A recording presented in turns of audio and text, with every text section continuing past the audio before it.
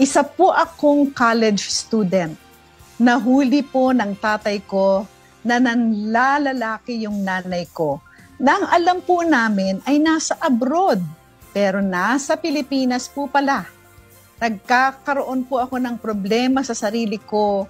Nagkakatrauma po ako kay mama kasi blinak na rin po niya ako sa Facebook. Hindi po kami kinakamusta kahit sa pag-aaral. Parang wala po siyang pakialam pero may lalaki po pala siya. Akala namin busy lang po siya sa trabaho. Naaawa na rin po ako sa tatay ko. Ano po ang maaari naming gawin? Makakaasuhan din po ba ng adultery ang nanay ko? Ayan. At upang sagutin ang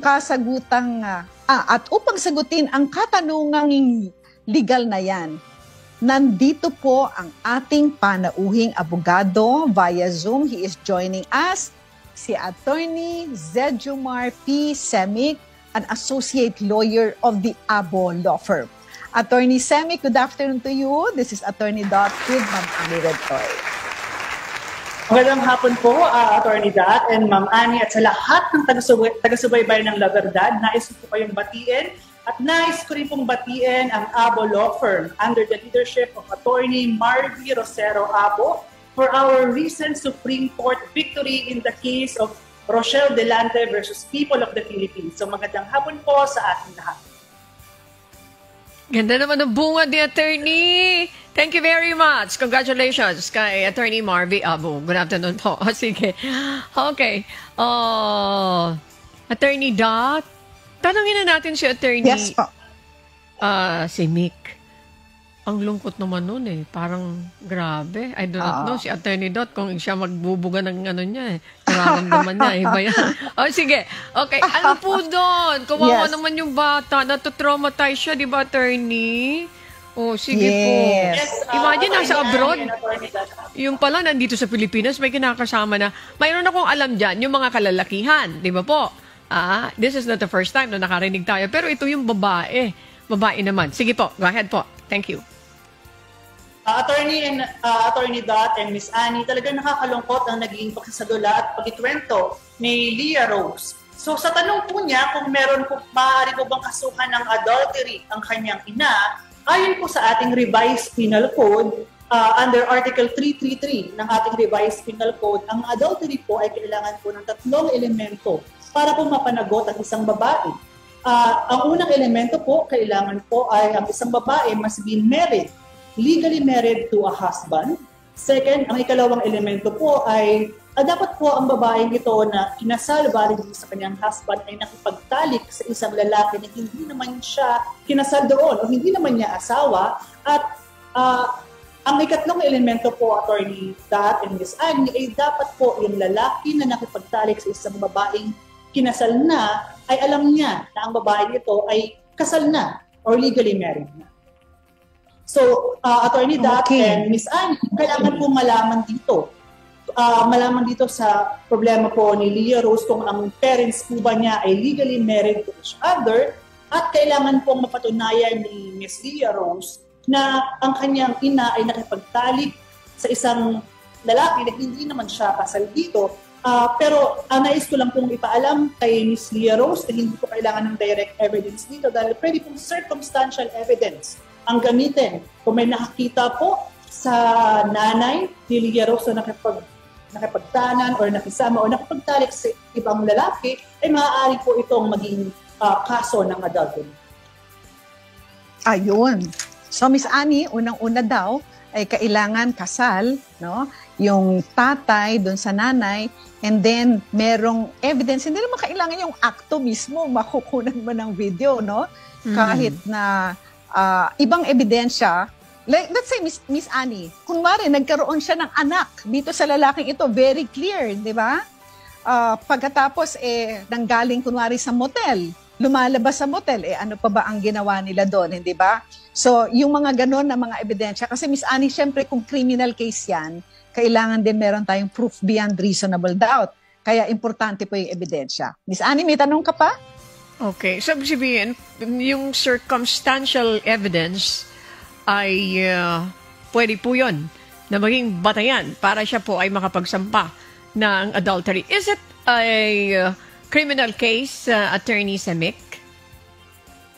Yes, Miss Annie, ang adultery po ay isang criminal case. Ito po ay punished o pinaparusahan under Article 333 of the Revised Penal Code. At kailangan, at tulad po ng nabanggit ni Attorney Dat, kailangan po ng proof beyond reasonable doubt for the conviction of an accused married woman in the case of adultery.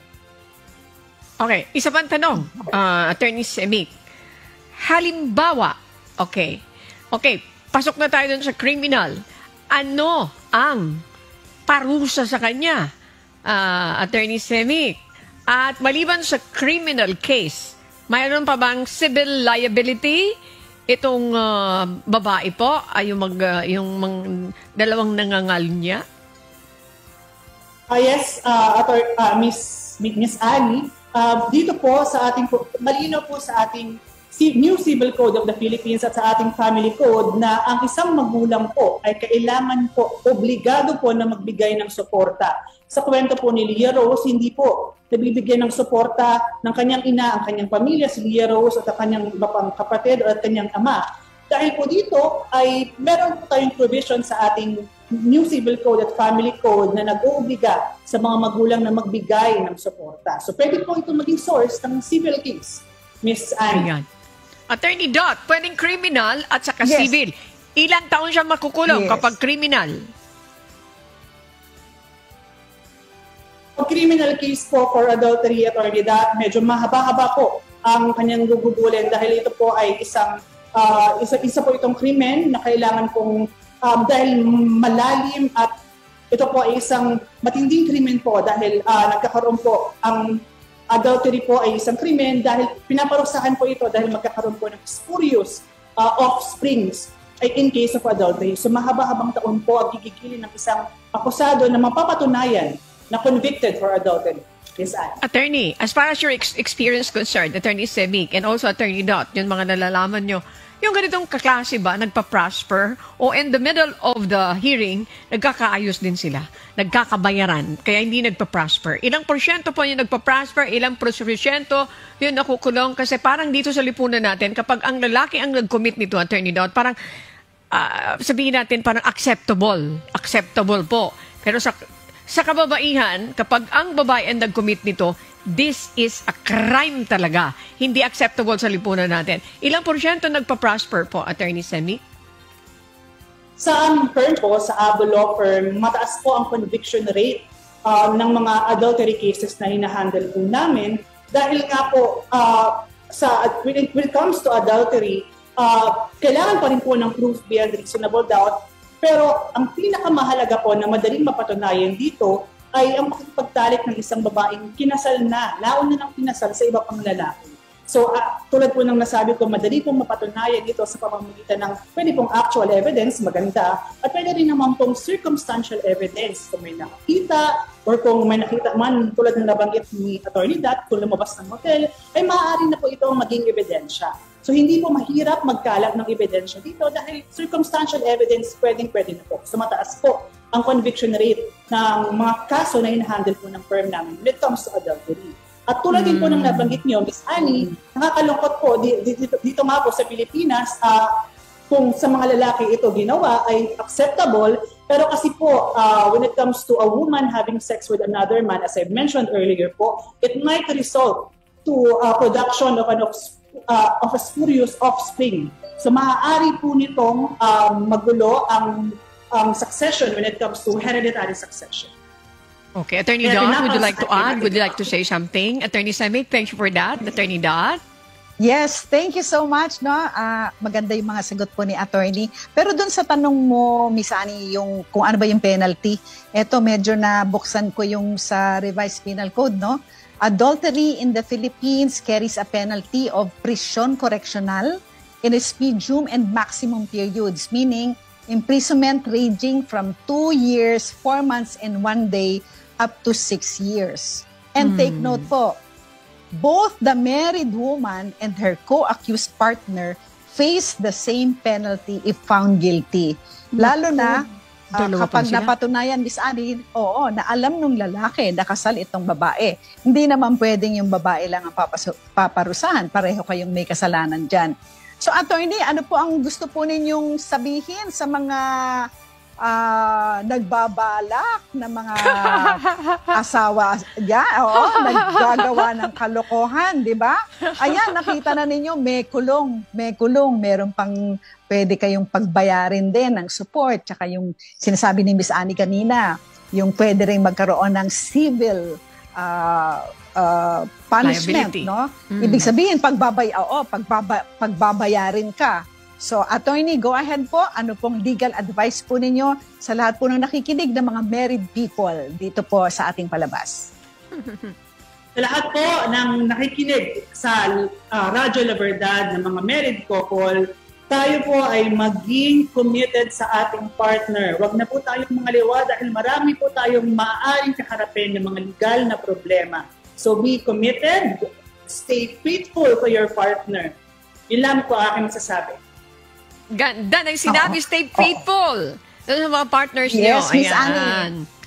Yes, Miss Annie, tama po yan. At siguro doon naman sa mga talagang hindi na nila kunwari may problema talaga sa marriage, no? Like kunwari binubugbog sila. O kaya nang bababae rin yung isa. O may reason. May problema talaga. Well, pumunta na po kayo sa korte, magpa-annul na kayo o kaya legal separation para hindi po kayo magkaroon ng ganitong problema. Di ba, Miss Annie? Dadagdagan nyo pa eh. May problema na nga yung, di ba? May problema na yung marriage ninyo. Gagawa ka pa ng ganito na kalokohan, kawawa ka naman, di ba? So, at this point, tayo po ay magpapasalamat na Miss Annie sa ating napakahusay na guest. Walang iba kundi si Attorney Zedjomar P. Semic, ang ganda ng pangalan. Si Attorney Semic po ay Associate Lawyer ng Abo Law Firm. Thank you for joining us this afternoon and sharing your knowledge on about adultery cases. Thank you very, very much. Salamat po and see you again.